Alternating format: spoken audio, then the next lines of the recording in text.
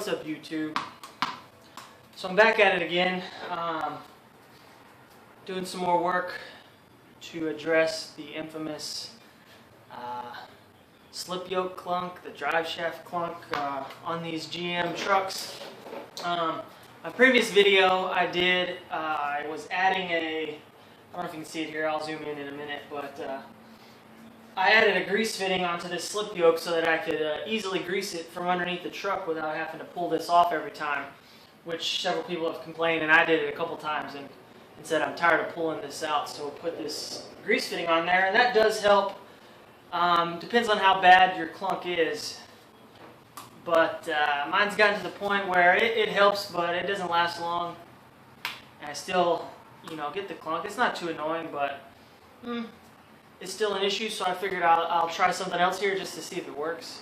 So what I'm going to do today, just for grins, I'm going to try the racquetball method. Standard racquetball.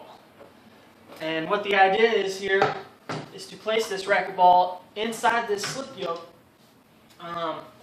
So when it's actually in the truck, you have this portion down here, maybe an inch, inch and a half, that's not seated all the way up against the splines.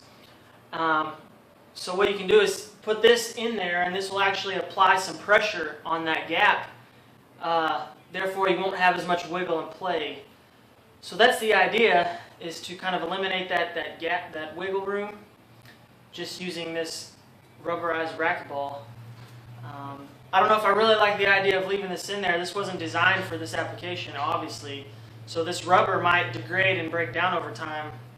But I'm going to put it in there just to see if it does work. If that does fix the issue, then I may try to engineer something better than this racquetball that may serve the same purpose. But we're going to see how this goes just for shits and giggles and see if this does eventually eliminate that clunk.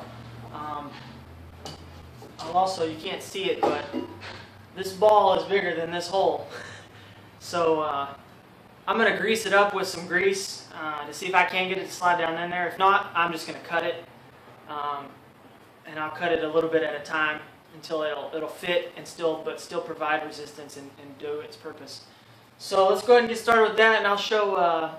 I already have the drive shaft off, obviously. I'll put a link. I have another video I did when I actually installed this grease fitting that went through the procedure to remove the drive shaft if you're not certain about that. So there's a link to that.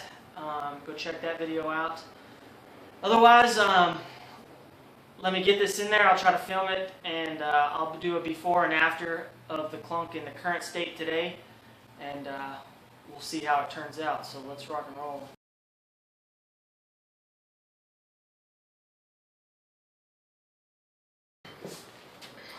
So I can tell you there's no way I'm getting that motherfucker in there in a hole, so I'm going to cut it a little bit and then put it down in there. Okay, so I've already got some portion of the racquetball already placed down inside this slip yoke to provide a little bit of resistance. And what I wanted to do, I wanted the round end, I want it to be up once it's in there. That way when the actual splines from the transfer case output are down in here, they'll actually have this will act like a spring. So it'll be in here perfectly seated like this with the mound up, and it'll act like a spring. So what I've done, I've cut the top of the ball off. I left the logo on top just to be cool, so you can see how much that is. Maybe about the top upper inch or something. And then I cut slits all the way around it, and then every other section I removed it, so then I can crunch it down in on itself. If I can get this in the fucking crunch it down in on itself from all directions, such as so, and it should slide right down in there. So that's the idea. I don't know if it'll work, but I'm going to try it. So here goes.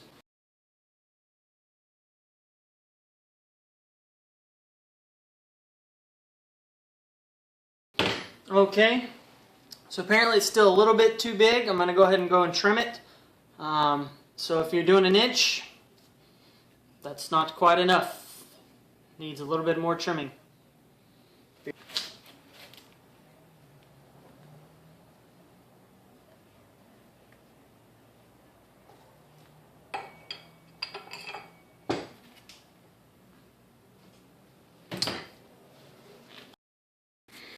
Okay guys, so I got the racquetball down in the slip yoke. I'm going to try to show you what it looks like. If I can get the light aimed down in there as well as the camera. So you can see how it looks. You can see the logo on top. And again, behind that are some other pieces of the racquetball. But I wanted this top piece to be kind of uniform and fill the overall gap so that it would provide a uniform resistance on the splines of the transfer case output, in my case a four-wheel drive. So just a little bit of patience, and then I'm going to actually grease up these splines again before I put this drive shaft back in, and that'll also help pack that racquetball down in there and keep it from moving and stuff. So there you go guys, I'm going to go put this on and we'll see how it goes.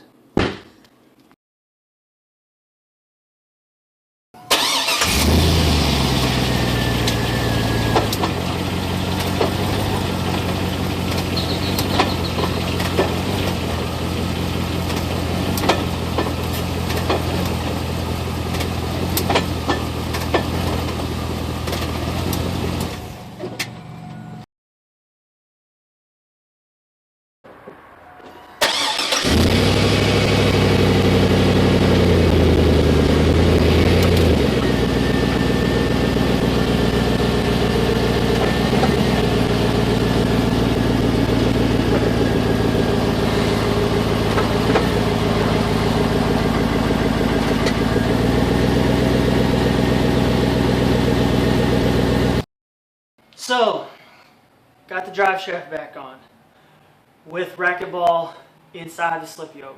And again, I only used half. Here's the other half. I couldn't get the whole thing in there at once.